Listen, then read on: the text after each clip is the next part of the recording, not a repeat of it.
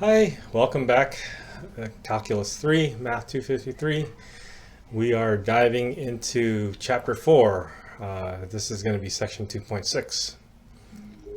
In Section 2.6, we're going to take a look at what's called quadric surfaces. We're going to leave the idea of vectors for a moment and dive into some surfaces. So before we get into the quadric surfaces, let's take a look at cylinders first. Now, you might think of a cylinder as a can or something like that where it's round. That definitely is a cylinder, but we want to introduce ourselves to other types of surfaces called cylinders that are not necessarily of that circular cylindrical shape. And so cylinders, the way we're going to define them, are going to be surfaces that are created from a two-dimensional curve that's going to be swept along a particular axis, usually a particular axis.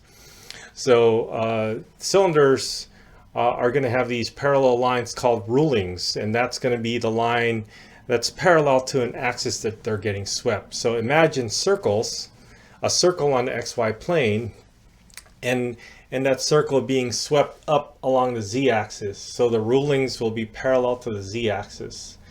And in the second example, we have like a cubic type function that's being swept along the y-axis. So we're going to get familiar with the equations of these cylinders and hopefully be able to refer to them later on as we start studying surfaces and three-dimensional objects. Now, beyond cylinders, we're going to take a look at what's actually called quadric surfaces. Now, quadric surfaces are similar to conic sections in 2 dimensions, except we're looking at these things in 3 dimensions. So the equation related to the quadric surfaces have an x and a y, and also have a z in it. And depending on which combinations of x and y's are going to be squared, it's going to determine the type of quadric surface it is. One quadric surface is called the ellipsoid. Generally, the ellipsoid has an equation where all the x, y's, and z's are all squared, and they all have the same sign. And altogether on one side of the equation, it's set equal to a constant. Now, making a constant equal to 1 would just write it in standard form. And that's how we saw the ellipse in 2-dimensional version. A trace is going to be the curve, the resulting 2-dimensional curve, if we cut your surface with a specific plane. So if we cut it with something that's parallel to the xy plane, like z is equal to some number, then your resulting image is going to be an ellipse. And if we cut it with any other of these planes, then we're going to get the also different versions of an ellipse. And so that's an ellipsoid. A special case of the ellipsoid is when x squared or when a, b, and c are all equal to each other. And if they are all equal to each other, we can multiply it on the right-hand side, and then it becomes your r squared. And so that's the sphere radius r, whatever a, b, and c are equal to. So that's the ellipsoid. An example of an application of the ellipsoid would be, I heard this when I was in college. Somebody was interested in finding the surface area of mitochondria. Mitochondria is not exactly an ellipsoid, but it's similar to that. And we can find the surface area by getting a good approximation of that surface area of an ellipsoid. The next quadric section we're going to take a look at are paraboloids. Now there's 2 types of paraboloids, elliptic and hyperbolic paraboloid. The elliptical paraboloid is going to be generally looking like this. So if we look at the x, y's, and the z's, 2 of the variables are squared. In this case, the x squared and y squared, they're both squared, and the z is not squared. And the other thing to note is that the x squared and y squared have positive signs or have the same sign. A trace of these things would be looking like an ellipse. So if we cut this with z is equal to p, or a plane parallel to the xy plane, you're going to get ellipses. And if a and b happen to be equal to each other, then it's going to be a circular paraboloid, which is probably the most common type of paraboloid. Now, if we cut it or if we cut it with a plane that's parallel to the yz or the xz, you'll see that you're going to get parabolas. And in in terms of the drawing here, you'll get parabolas that are going upward. And an example of a paraboloid would be like a satellite dish. Now, there is an elliptic paraboloid, or I'm sorry, a hyperbolic paraboloid, where it's still a paraboloid, technically speaking, because the x and the y are both squared and the z is not. But this time, one of the variables, one of the x or the y's, has a negative in front of it. And so if you have a negative in front of one of them, you're going to get what's called a hyperbolic paraboloid. And it's called the hyperbolic paraboloid because if you make your cuts parallel to the xy plane, your shapes, the shapes that you're going to get are going to be hyperbolas.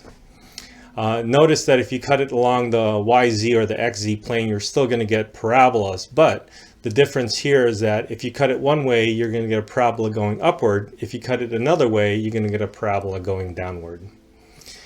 If you recognize the shape kind of either looks like a saddle or a Pringle. And so those are another common terms for these types of shapes. These hyperbolic paraboloids are essentially called saddles. And if you take a look at the shape of the saddle, you can see a parabola going upward on the top part when you're sitting on it, and you can see a parabola going downward. That's the part that's attached to the horse. Similarly with the Pringle. The next type of quadric sections are cones. Cones can be seen as quadric sections as well. This time the x squared, the y squared, and the z squared, well, the x, y, z's are all squared. But this time two of them have the same sign and one of them has a different sign, and furthermore it's equal to 0. So that part's important. If we take a look at the sectional cuts, the traces, a cut parallel to the xy plane will give you ellipsis, or if a, b, and c are all equal to each other, they'll give you circles. Then it would be a circular cone. Any cuts that are going vertically would be hyperbolas, and that's kind of similar to, it's essentially a conic section cut. Okay, the last type of quadric section that we're going to study are hyperboloids. Now there's two types of hyperboloids. There's a hyperboloid of one sheet and two sheets. So a hyperboloid of one sheet, if you focus on the equation, it's of the form x squared plus y squared minus z squared is equal to 1, is equal to something. So unlike the cone where it's equal to 0, here we have something that's equal to something. And unlike the ellipsoid where all the signs are positive, this one has one negative sign. So we have one negative sign, it's equal to a constant, and all the variables are squared. In this case, a trace or a cut parallel to the xy plane will give you circles or ellipses, and hyperbolas if you make a vertical cut. So almost like the cone in that sense.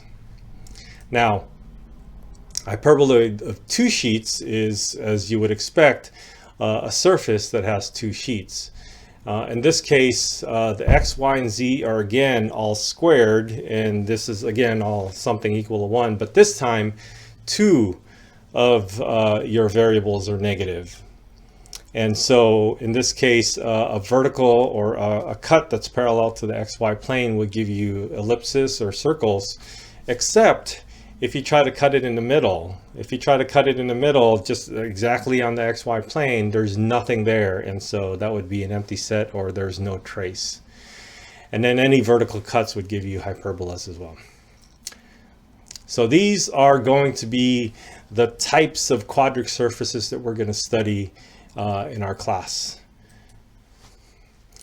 Okay, so if you can get a collection of all these different types of surfaces all on one page or in a couple of pages that you can look at and compare equations, compare the shapes of the graphs and be able to describe them, that's going to be an important part for you, and being able to identify surfaces is going to be important for us later. Okay, I hope that helps. Good luck.